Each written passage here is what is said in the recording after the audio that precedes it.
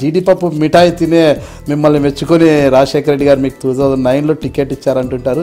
ఎవరు ఇంతగా జీడిపప్పు ఎలా తయారు చేస్తారు? ఆ జీడిపప్పు మిఠాయి పరిస్థితి అంటారు.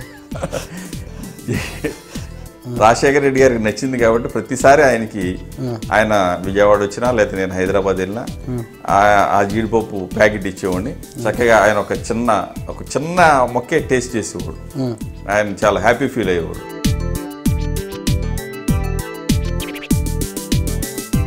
మీరు పులివెందుల సతీష్ రెడ్డి గారు ప్రతి సవాళ్ళు విసురుకుంటున్నారు. రాజీనామాలు చేసేయండి, జగన్ రాజీనామా చేయండి. మీరు చూస్తే మీ నాయకుని రాజీనామా చేయండి. మీరు చంద్రబాబు నాయుడు గారు ఏమన్నా ముఖ్యమంత్రి పదవికి ఏమైనా రాజీనామా చేస్తారా? వాళ్ళ నాయకుడి నుంచి క్లారిటీ తీసుకొని ఉంటే బాగుండేది. 100కి 100 పాళ్ళు పులివెందుల రాజశేఖర రెడ్డి గారి కంచుకోట. అది ఆ ప్రజలు ఆయనకి ఇచ్చిన వరం. ప్రత్యేక హోదా విషయంలో స్పష్టమైన నిర్ణయం రాకపోతే పార్లమెంట్ సెషన్స్ తర్వాత ఎంపీల చేత రాజీనామా చేస్తానని మీ అధినేత జగన్మోహన్ రెడ్డి గారు పదే చెప్తున్నారు. ఎంపీల చేత రాజీనామా చేస్తే ఇప్పుడున్న పరిస్థితుల్లో గెలవగలమన్న ధీమా మీకుందా, మీ పార్టీకి ఉందా అంటారా? ఇవాళ కాకపోతే రేపైనా కూడా సాధించి తీసుకుంటాం 100%. ఎందుకంటే ప్రత్యేక హోదా రాకపోతే ఎట్టి పరిస్థితుల్లో కూడా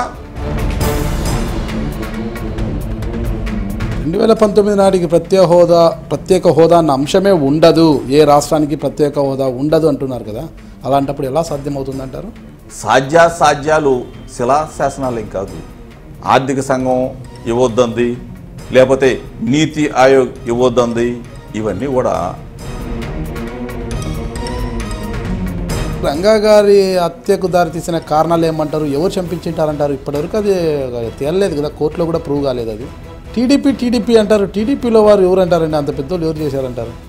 పైనుంచి కింద దాకా ఉన్నారండి.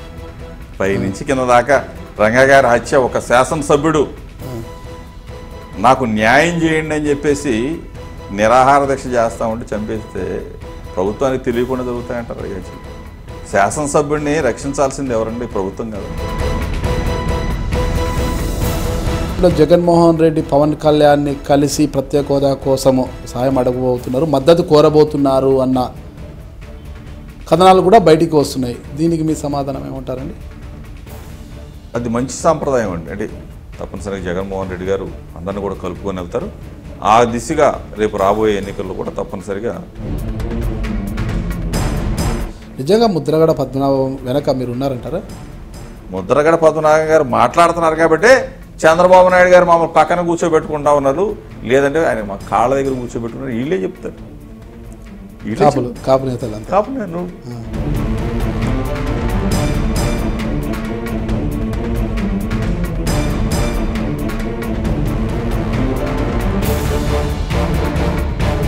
పేడన్న మాజీ ఎమ్మెల్యే, ప్రస్తుత మైలవరం నియోజకవర్గ వైఎస్ఆర్ కాంగ్రెస్ పార్టీ ఇన్ఛార్జిని.